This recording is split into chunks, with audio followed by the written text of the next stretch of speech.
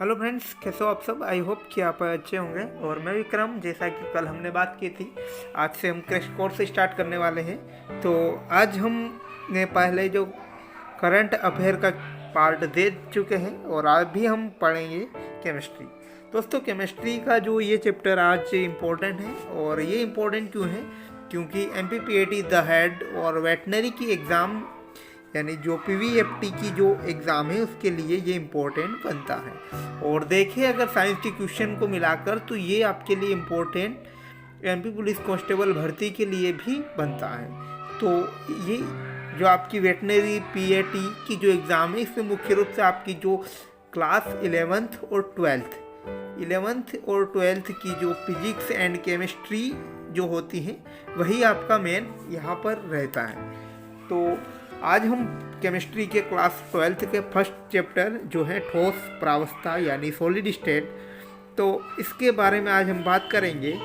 तो जैसा कि दोस्तों आप जानते हैं, ठोस प्रावस्था को जैसे कि इंग्लिश में हम बात करें तो सॉलिड स्टेट आप बोल सकते हो। और ठोस क्या होता है कि ठोस फॉर एग्जाम्पल कोई सा भी अगर ठोस हम बात करें कि जिसे हम संपीड़ित नहीं कर सकते, यानी जिस पर हम अपना बल लगाकर उसे दबा नहीं सकते हैं, ठोस कहलाता है। ठोस का वह पदार्थ जिसका आकार निश्चित होता है, यानी ये बात कर ले पत्थर एक ठोस में आता है क्योंकि उसका आकार जो होता है निश्चित होता है। आप बात कर पदार्थ की अगर हम बात करें तो पदार्थ 3 प्रकार के होते हैं: ठोस, द्रव और गैस। वह पदार्थ जिसका आकार निश्चित होता है ठोस कहलाता है, जिसका आकार निश्चित नहीं होता है किंतु आयतन निश्चित होता है द्रव कहलाता है, जिसका न तो आकार निश्चित होता है और न ही आयतन निश्चित होता है गैस कहलाती है। दूसरा पॉइंट अगर हम इनमें ले तो वो इसका उदाहरण हो जाएगा। अगर बात करें ठोस की तो हीरा या पत्थर, द्रव्य में अगर हम बात करें तो पानी या अन्य कोई केमिकल भी आप ले लो तो वो द्रव्य में आ जाएगा। गैस की अगर हम बात करें तो जो गैसें होती हैं ऑक्सीजन, कार्बन डाइऑक्साइड, ये आप इसमें ले सकते हैं। तीसरा पॉइंट अगर हम देखें तो इनकी रचना की दृष्टि से अवयवी कणों की स्थिति अगर हम देखें तो ठोस में जो है दोस्तों अवयवी कण अत्यंत पास स्थित होते हैं, जिसके कारण वह ठोस होता है। तो इनमें अवयवी कण अत्यंत पास होते हैं और द्रव्य में कुछ दूर स्थित होते हैं और गैस में जो है बहुत दूर स्थित होते हैं। तो गैस में जो बहुत दूर स्थित हो गए तो ये यहाँ तक ठोस। तो ठोस में जो इनके मध्य यानी 2 अणुओं के मध्य आकर्षण बल अधिक होता है। तो ठोसों में क्या आकर्षण बल अधिक होता है और कम दूरी इनके बीच होती है। 2 पॉइंट यहाँ से बन गए। अब बात करते हैं द्रव्य के, तो इनमें कुछ दूरी ज़्यादा होती है, यानी कुछ ज़्यादा होती है, आकर्षण बल जो है बहुत कम होता है। तो आपको जो है ठोस, द्रव्य और गैस में यहाँ से डिफरेंस तो आप आसानी से पता लगा पाएंगे। अब बात करते हैं ठोस के प्रकार। रचना की दृष्टि से जो है ठोस के कितने प्रकार होते हैं? रचना की दृष्टि से ठोस के प्रकार, तो ठोस 2 प्रकार के होते हैं रचना की दृष्टि से। यह क्रिस्टलीय ठोस और अक्रिस्टलीय ठोस। अक्रिस्टलीय ठोस और अक्रिस्टलीय ठोस हो गए। तो अक्रिस्टलीय ठोस किसे बोलते हैं ये भी हम बात करेंगे। तो अभी हमने बात की कि क्रिस्टल ऐसे होते हैं जिसके अवयवी कण निश्चित होते हैं। तो इन्हीं अवयवी कणों की निश्चितता में अगर हम देखें तो ये 2 प्रकार के होते हैं, क्रिस्टलीय ठोस और अक्रिस्टलीय ठोस। तो क्रिस्टलीय ठोस में क्या होता है कि जो अवयवी कण होते हैं निश्चित क्रमिक बद्ध होते हैं। जैसे कि फॉर एग्जाम्पल दे, ये अवयवी कण यदि A है तो ये वाला B होगा, और इसी प्रकार ये अगर A है तो ये B और ये A हो जाएगा। इसी प्रकार ये A है तो ये B और ये A हो जाएगा। इसी प्रकार क्रम चलता जाएगा।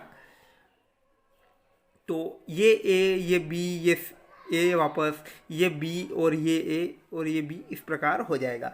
यानी इनमें अवयवी कण जो होते हैं निश्चित क्रम में उपस्थित होते हैं और इनका जो आकार होता है वह निश्चित होता है और ये विषमदेशिक प्रकृति के होते हैं। क्रिस्टलीय ठोस विषमदेशिक प्रकृति के होते हैं। यहाँ से इम्पोर्टेंट क्वेश्चन बन सकता है आपके लिए कि ठोस कौन सी प्रकृति के होते हैं। तो ठोस जो होते हैं विषमदेशिक प्रकृति के होते हैं। तो देशिकता क्या है इसके बारे में अगर हम बात करें तो देशिकता में अगर हम देखें तो क्रिस्टलीय पदार्थों में उनकी ऊष्मीय चालकता, विद्युत चालकता, अपवर्तनांक आदि गुण सभी दिशाओं में समान पाए जाते हैं, तो पदार्थ का यह गुण समदेशिक कहलाता है। यदि दोस्तों इनका जो गुण है सभी दिशाओं में समान पाया जाता है तो समदेशिक, और सभी दिशाओं से अलग पाया जाता है तो इसे आप विषमदेशिक कहते हैं। तो जो क्रिस्टलीय ठोस होते हैं विषमदेशिक होते हैं। अगर बात करें इनके ठोस की प्रकृति की, तो क्रिस्टलीय ठोस वास्तविक ठोस होते हैं और अक्रिस्टलीय ठोस जो होते हैं आभासी ठोस होते हैं। ठीक है दोस्तों, यहाँ तक हमने बात की। इनका एक और इम्पोर्टेंट पॉइंट ये बनता है कि क्रिस्टलीय ठोसों को जो है आप चाकूदार धार से अगर काटेंगे तो एक निश्चित धार बनाकर ही करते हैं और इनकी आकृति निश्चित होती है। अब हमने बात की रचना की दृष्टि से ठोसों के प्रकार, तो अब हम बात करेंगे कि ठोस जो होते हैं बंधन बलों के आधार पर ठोस कितने प्रकार के होते हैं। बंधन बलों के आधार पर ठोसों के प्रकार। ठोसों के प्रकार, तो दोस्तों बंधन बलों के आधार पर ठोस जो है 4 प्रकार के होते हैं। इनके बारे में भी हम बात करेंगे। पहला जो पॉइंट है हमारा वह है आयनिक ठोस। आयनिक ठोस। दूसरा जो है आणविक ठोस।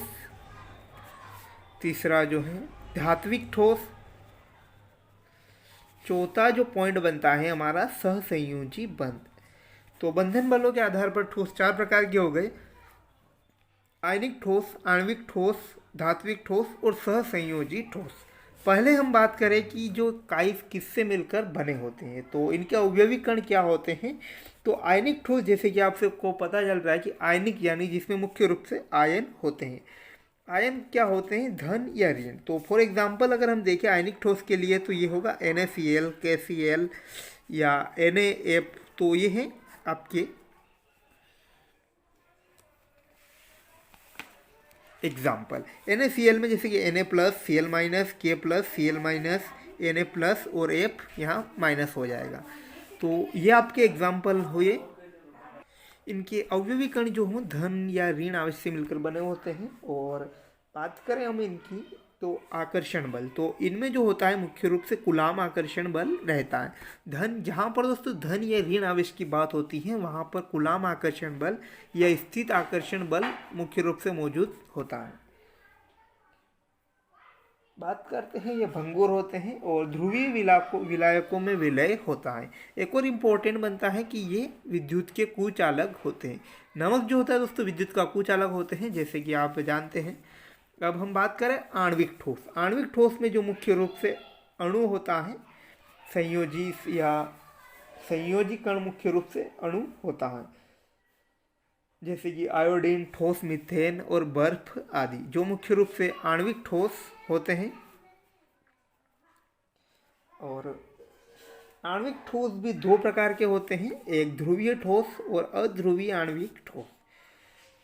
अध्रुवीय आणविक ठोस, तो ये 2 प्रकार के हो गए, ध्रुवीय आणविक ठोस और ध्रुवीय आणविक ठोस। तो ध्रुवीय क्या होता है, जिनमें 2 ध्रुव होते हैं। अध्रुवीय यानी कि जो एक ही अणु होता है, तो ये समान परमाणु वाले होते हैं, जैसे H2, O2, N2, तो ये समान आयन वाले अणु हो गए। इसी प्रकार ध्रुवीय यानी जिनमें अलग अलग होते हैं, H2O, C2O या CO2, जो असमान अणु उसमें मौजूद होते हैं। तो इनमें मुख्य रूप से हाइड्रोजन बंध पाया जाता है ध्रुवीय ठोसों में, और इनमें जो होता है वांडर वाल्स आकर्षण बल पाया जाता है। अब बात करें धात्विक ठोसों के बारे में, तो धात्विक ठोस क्या है, मुख्य रूप से आप बात कर लो धातुओं की। जितनी प्रकार की जो धातुएं होती हैं वो सभी धात्विक ठोस होते हैं, जैसे कि एल्यूमिनियम, Fe, Au, Ag यानी जो सोना, चांदी, आयरन, लोहा, जितने प्रकार की जो धातुएं होती हैं वो सभी धात्विक ठोस होती हैं। इनमें बंधन की बात करें तो इनमें धात्विक बंधन पाया जाता है। धात्विक बंध इनमें मुख्य रूप से मौजूद होता है। और ठोस के ये विद्युत के सुचालक होते हैं, इनका गलनांक और क्वथनांक भी उच्च होता है। लास्ट जो हमारा बचा है सहसंयोजी ठोस। वह ठोस जो मुख्य रूप से परमाणु किसके संयोजी कण परमाणु होते हैं और ठोस द्रव्य गैस जो इनमें सहसंयोजी बंध पाए जाते हैं। सहसंयोजी बंध जिनमें मुख्य रूप से पाए जाते हैं और संयोजी कण परमाणु होते हैं, सहसंयोजी ठोस कहलाते हैं। एग्जाम्पल के लिए अगर हम देखें तो ये होगा सिलिका, ग्रेफाइट और हीरा। इसके मुख्य रूप से 2 एग्जाम्पल तो आपको याद रखना ही होंगे, हीरा और ग्रेफाइट।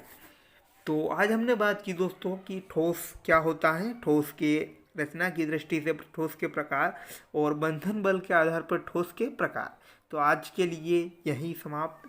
Thanks for watching. मिलते हैं नए अपडेट्स के साथ और चैनल को सब्सक्राइब करना ना भूलें।